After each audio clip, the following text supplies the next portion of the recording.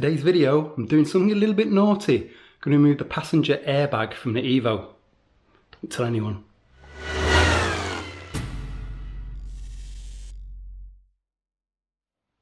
Now, I know removing an airbag is a very touchy subject, especially if you look at internet forums. It's responsible for global warming, it's responsible for, world poverty and hunger, unicorns dying, fairies dying, penguins, polar ice caps, you name it. But it's not sensible to remove an airbag. At the end of the day, it's not sensible, it's a safety device. But the reasons why I'm removing it are because A, the car's from the late 90s and the airbag hasn't gone off yet, so chances are it may go off at some point accidentally. Got friends that that's happened to. Don't want that to happen to me. That would scare the shit out of me. So that's reason one. Reason two is I want to simplify the car wherever I can and sort of remove complexity and save weight, most importantly. Reason number three is I need somewhere to hide my drugs, so I've become a drug mule. Reason number four, which is the most serious reason, is that I'm planning to get a roll cage and bucket seats and harnesses at some point. And when you have all that and you're strapped in, airbags don't really serve much of a purpose because you don't really reach them. So it's kind of like a precursor to that I'm doing it. So everyone keep your hair on. I know it's not a great thing, and those are the reasons why I'm doing it. And I know the risks I'm taking in doing it. And you would do the same thing if you followed my video. Anyway, moving along. Not sure how much you'll be able to see because it's in a bit of a funny place, but if you look underneath the dashboard, I'll hold my camera on, let's see if I can stop it falling off my face. You should be able to just see it there hidden underneath, and I believe this will come out. So the battery's been disconnected for ages. I'm going to start removing bolts and see if things loosen up. A few moments later. Okay, about 5 minutes have passed. I've removed 1, 2, 3, 4 of these little bolts here, and I've removed 1, 2, 3, 4 of those nuts.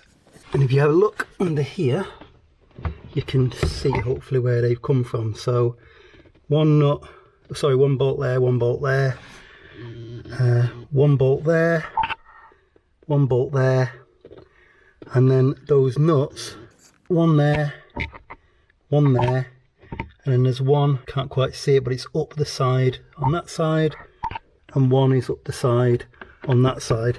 You can get to it all very easily without removing anything, apart from obviously popping the glove box out, and that should be airbag able to come out. So let's have a look.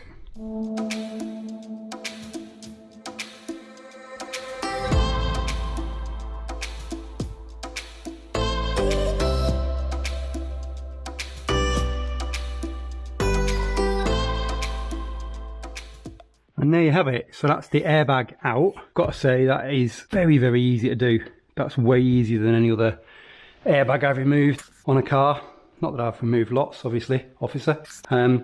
So the last thing to do now, Christ that's heavy, is going to be remove these and get this front cover off, which is already coming loose, as you can see. Just get this front cover off, and then we can bond this or bolt this somehow back into the space in the dash so that you never would tell. Then we'll weigh this, see how much this weighs. Hopefully it doesn't go off in my face.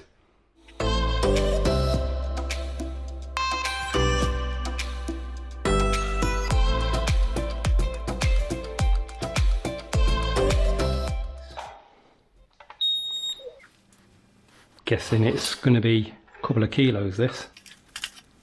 3.224 kilos. That is quite a nice little saving up front, albeit, you can risk death, but worth it, I think. So the plan is to refit this cover here. I'm going to use these original holes here that were mounted to the airbag cage, and I'm going to cable tie into the dash. You can't really see it, but at the back here, I'm going to cable tie round here and through those holes on this panel, and then pull it tight, and that should hold it in place. That'll be nice and light, nice and simple, and I can always undo it if I need to. So let's have a go at doing that.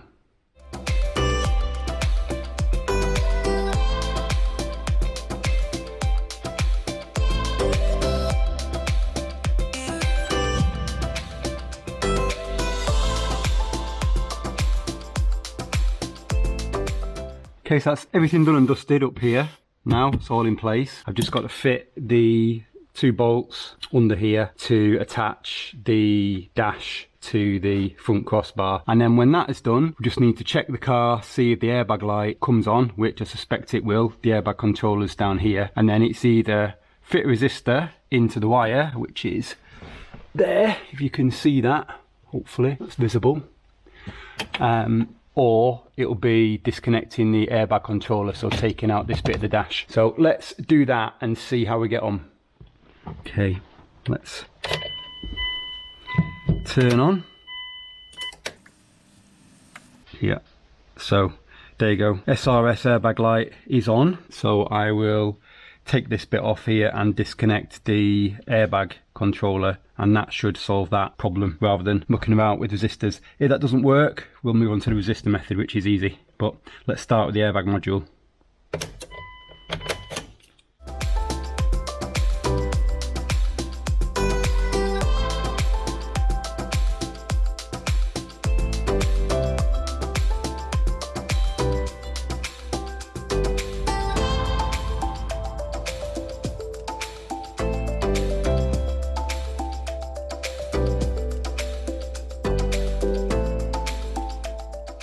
Okay, with that disconnected now, we should have no airbag lights or issues at all, because it's all, as you can see, completely gone. It doesn't exist anymore.